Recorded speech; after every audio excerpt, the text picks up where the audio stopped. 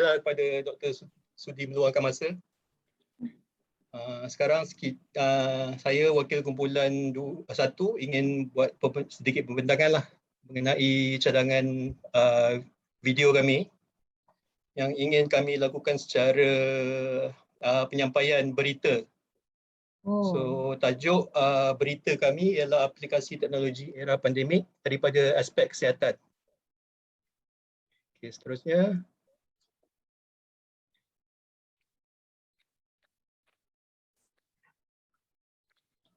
Okey, secara kandungan berita kami dimulakan dengan kerja belakang tabir. Lepas tu akan dimulakan oleh pembaca berita utama lah, akan membuat sedikit pengenalan pada tajuk dan akan dipaskan kepada wartawan untuk menyampaikan tajuk-tajuk yang termasuklah pertama, kesan pandemik terhadap kesihatan yang akan disampaikan oleh 2 orang wartawan, iaitu berkenaan kesan secara langsung dan kesan secara tidak langsung pandemik kepada kesihatan kita. Kemudian seterusnya berita akan disampaikan pula oleh 2 orang wartawan yang akan mengulas tajuk aplikasi teknologi yang telah dibangunkan untuk terhadap kesan pandemik on kesihatan ni lah. So juga akan disampaikan oleh 2 orang wartawan untuk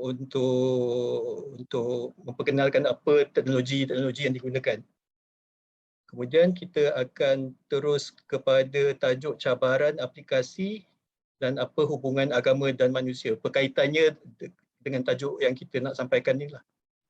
Dan terakhir, secara kesimpulan, kita akan merangkumi nilai etika dalam sains dan teknologi dan apa peranan sains dalam kehidupan manusia secara rumusan. Okay, next.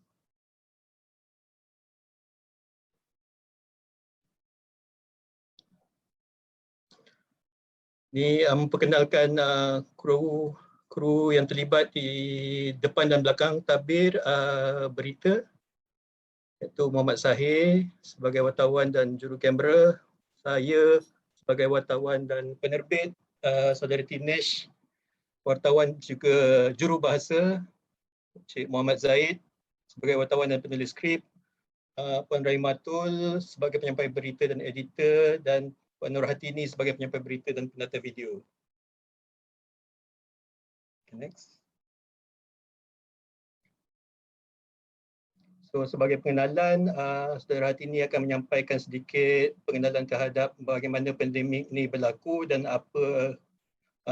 bagaimana ia terjadi, sedikit latar belakang mengenai pandemik dan apa akibatnya terhadap kesihatan lah.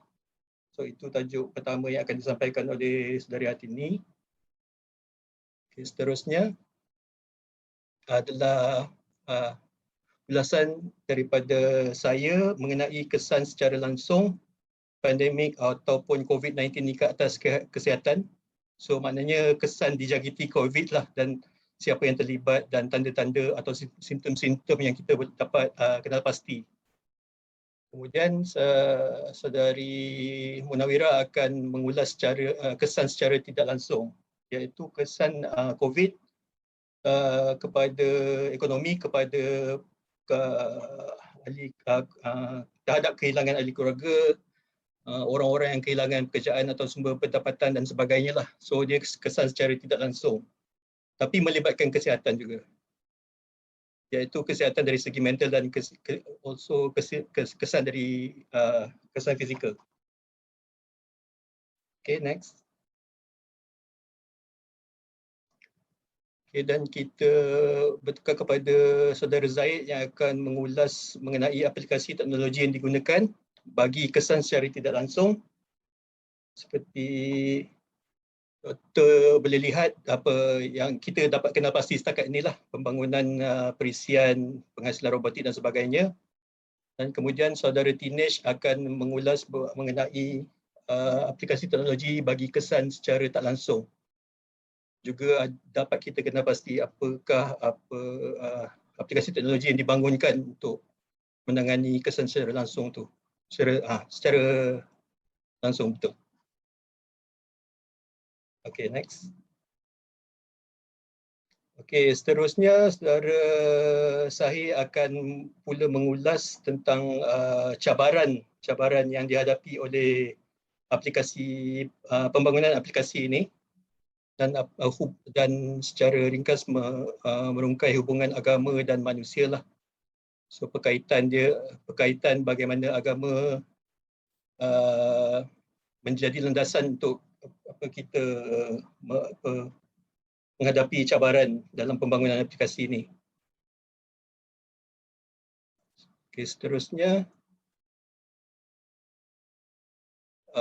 kita dalam bentuk kesimpulan kita akan merumuskan nilai etika dalam sains dan teknologi, iaitu berkenaan apa tahap etika yang kita ada sekarang ni dalam menghadapi pandemik. Dan akhir sekali,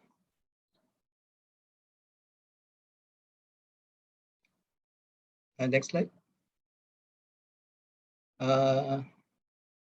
Secara amnya peranan sains dalam hidup manusia lah, seperti yang dikehendaki oleh doktor kita, tetapi daripada aspek yang kita perbincangkan dalam berita. So sekian, terima kasih. Okey, terima kasih. Tahniah pada kumpulan 1 Bulan 1. Kesihatan. Okey, saya rasa idea yang fresh, penyampaian secara berita. Okay, saya pun tak sabarlah nak tengok berita ni kan. Cara pembentangan tadi pun dah ada suara macam suara pengulas sukan. Alamak, salah berita doktor. Jadi saya tengok lengkaplah, cukup semua, aplikasi pun ada. Saya suka dia kumpulan anda ni buat secara langsung dan tidak langsung. Jadi bila tak langsung tu dia ada juga berkaitan dengan industri bidang lain, sektor lain macam komunikasi kan, pengangkutan. Tapi saya rasa sesuai lah sebab anda bahagikan secara langsung tu ada apps-apps yang tertentu, dan secara tak langsung tu pun dia sebenarnya berkaitan dengan kesihatan sebab bagi tujuan untuk menjaga SOP dan sebagainya lah. Jadi saya rasa tak ada masalah lah untuk kumpulan ni, memang boleh diteruskan lah. Boleh proceed doktor? Boleh proceed. Okey. Saya rasa dah lengkap lah sebab semua kriteria ada. Okey. Terima kasih doktor.